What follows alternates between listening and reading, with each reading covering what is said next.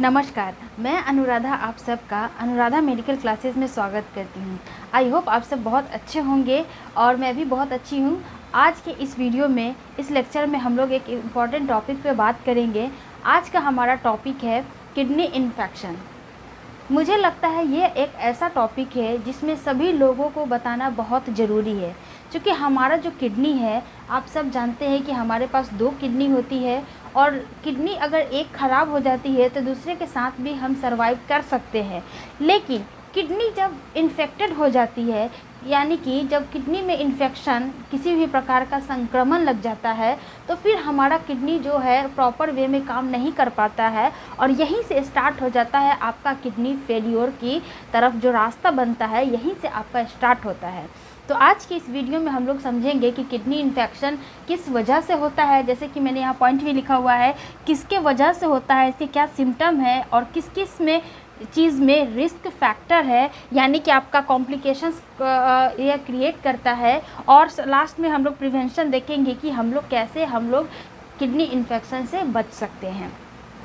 तो ये देखिए, मैंने एक रफली डायग्राम बनाया हुआ है किडनी का, जिसमें आपका जो होता है आपका किडनी होता है और किडनी के साथ ही आपका यूरेटर निकला होता है, अर्थात जो आपका किडनी वाटर को, ब्लड को प्यूरिफाई करता है और वेस्ट प्रोडक्ट में आपका यूरिन जो बनता है, वह यूरिन इकट्ठा होता है आपका इसी दोनों किडनी में। और टाइम टू टाइम इसी यूरेटर, यानी कि जो नली होती है, इस नली से होते हुए यूरिनरी ब्लैडर में आकर के, जिसको हम लोग पेशाब की थैली बोलते हैं, वहाँ पे आकर के इकट्ठा हो जाता है और टाइम टू टाइम आपका यूरेथ्रा से बाहर निकल जाता है। मैंने इससे पहले वाले में भी वीडियो में कई बार बताया है कि यूरिनरी ट्रैक इन्फेक्शन के बारे में। जो आपका यूरिनरी ट्रैक अर्थात पेशाब का जो रास्ता है, वहाँ से होने वाला इन्फेक्शन जो है, उसी के अंतर्गत यह आपका आता है kidney infection. That is UTI जो होता है, उसी के अंतर्गत आने वाला आपका किडनी इन्फेक्शन है, जो एक तरह का कैसा इन्फेक्शन है, यूटीआई इन्फेक्शन है। That means urinary track infection है आपका। अब देखिए कि इसमें होता क्या है, यह किसके द्वारा कॉज किया जाता है। तो यह कुछ बैक्टीरिया जो होता है, जैसे ई कोलाई एक बैक्टीरिया का नाम है, एंटेरोबैक्टर होता है और तीसरा है स्टेफाइलोकोकस। ये 3 आपका मुख्य बैक्टीरिया होता है। ये बैक्टीरिया का प्रकार है जो आपका यूटीआई कॉज करता है, अर्थात यूरिनरी ट्रैक इन्फेक्शन कॉज करता है।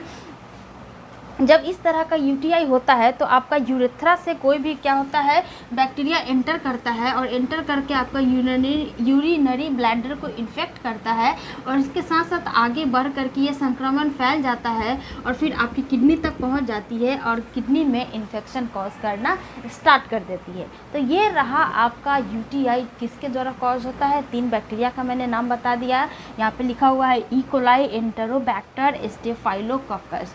और ये जो होता है यूटीआई, महिलाओं में सबसे ज़्यादा होता है पुरुषों की तुलना में। मैंने एक बार और भी इस चीज़ को बताया हुआ है, लेकिन यहाँ पे चूँकि बात चल रही है तो मैं आपको बता दूँ कि महिलाओं का क्या होता है, फीमेल रिप्रोडक्टिव ट्रैक्ट जो होता है काफ़ी शॉर्ट होता है, जबकि पुरुषों का अगर हम लोग बात करें तो पेनाइल जो एरिया होता है, पेनिस जो होता है, क्या होता है, बहुत बड़ा होता है।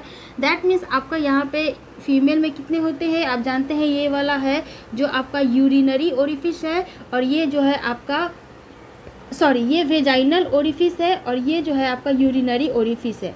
दैट मीन्स ये आपका यूरिन के लिए इम्पॉर्टेंट है, यहाँ से आपका यूरिन पास आउट होता है और वेजाइनल ओरिफिस से क्या होता है, सेक्सुअल एक्टिविटी होती है और मेंस्ट्रुएशन का प्रोसेस जो होता है, यहीं से आपका ब्लड का फ्लो आउट होता है।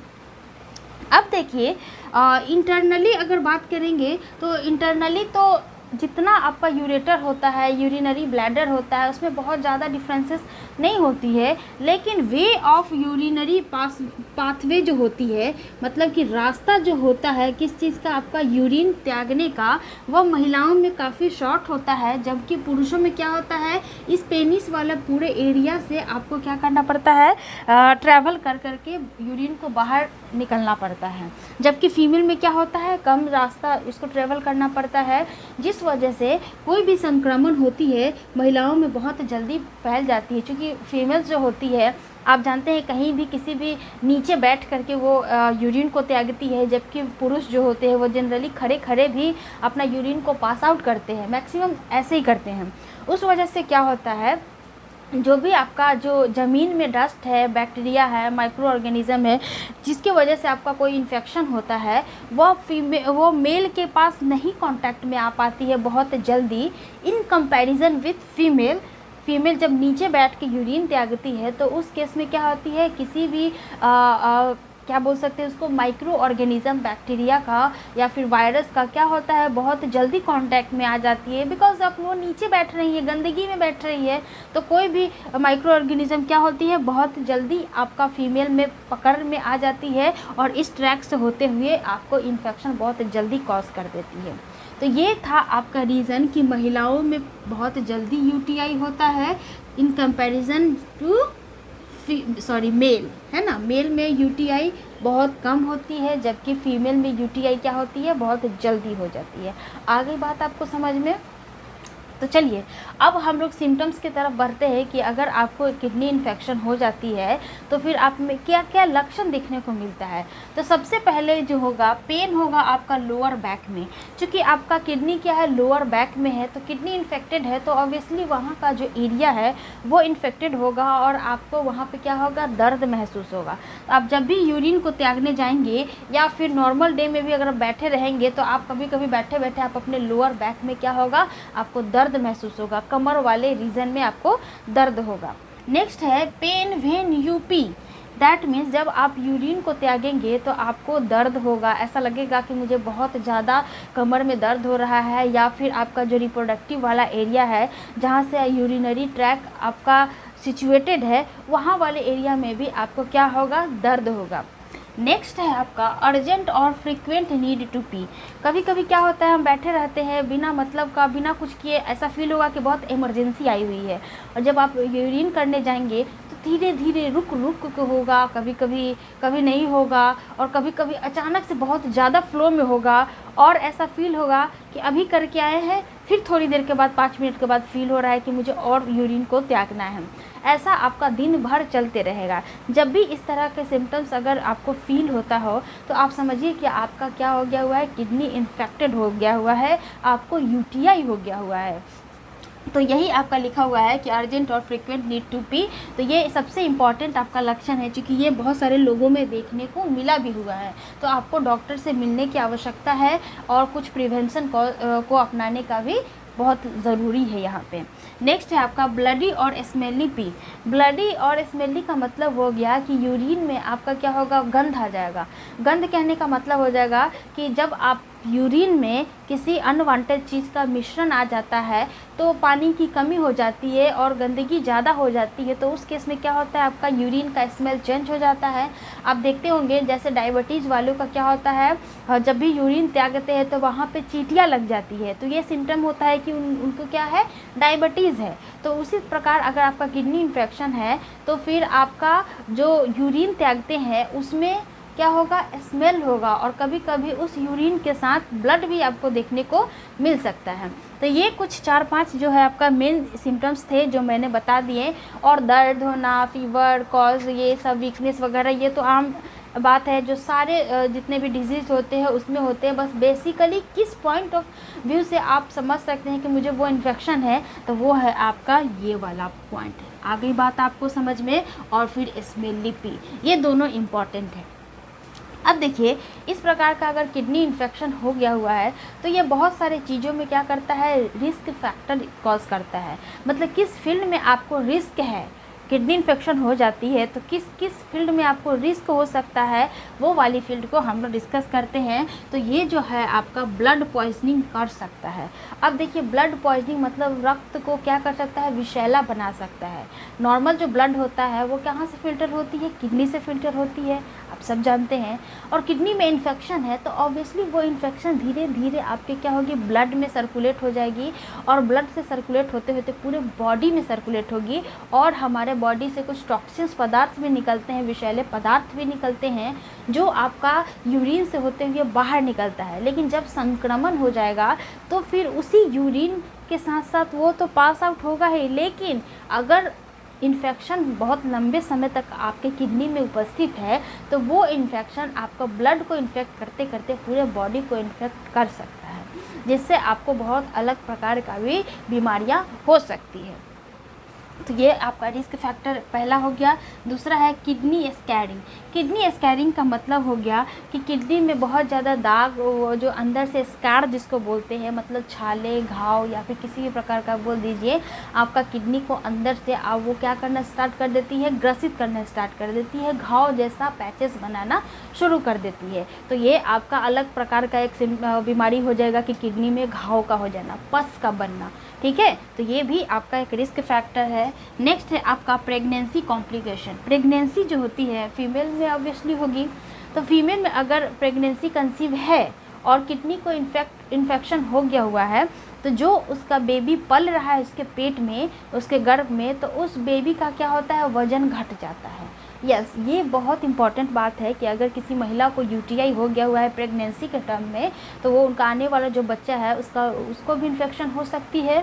साथ ही साथ उसका क्या हो जाता है, वेट भी बहुत जल्दी लूज़ कर देता है, ठीक है। तो ये आपका कुछ कॉम्प्लिकेशंस वाले पॉइंट थे जो मैंने आपको बता दिया। नेक्स्ट हम लोग प्रिवेंशन पे बात करते हैं कि अब जब किडनी इन्फेक्शन हो जाएगा तो हम उसको प्रिवेंट कैसे कर सकते हैं। पहला पॉइंट है हमारा ड्रिंक फ्लूइड्स स्पेशली वाटर। देखिए वाटर क्या है, जितना अधिक मात्रा में हम पानी पिएंगे उतना ही हमारे शरीर के लिए बहुत अच्छा फील होता है, ऐसा सब लोग कहते हैं, लेकिन इसके पीछे का लॉजिक क्या होता है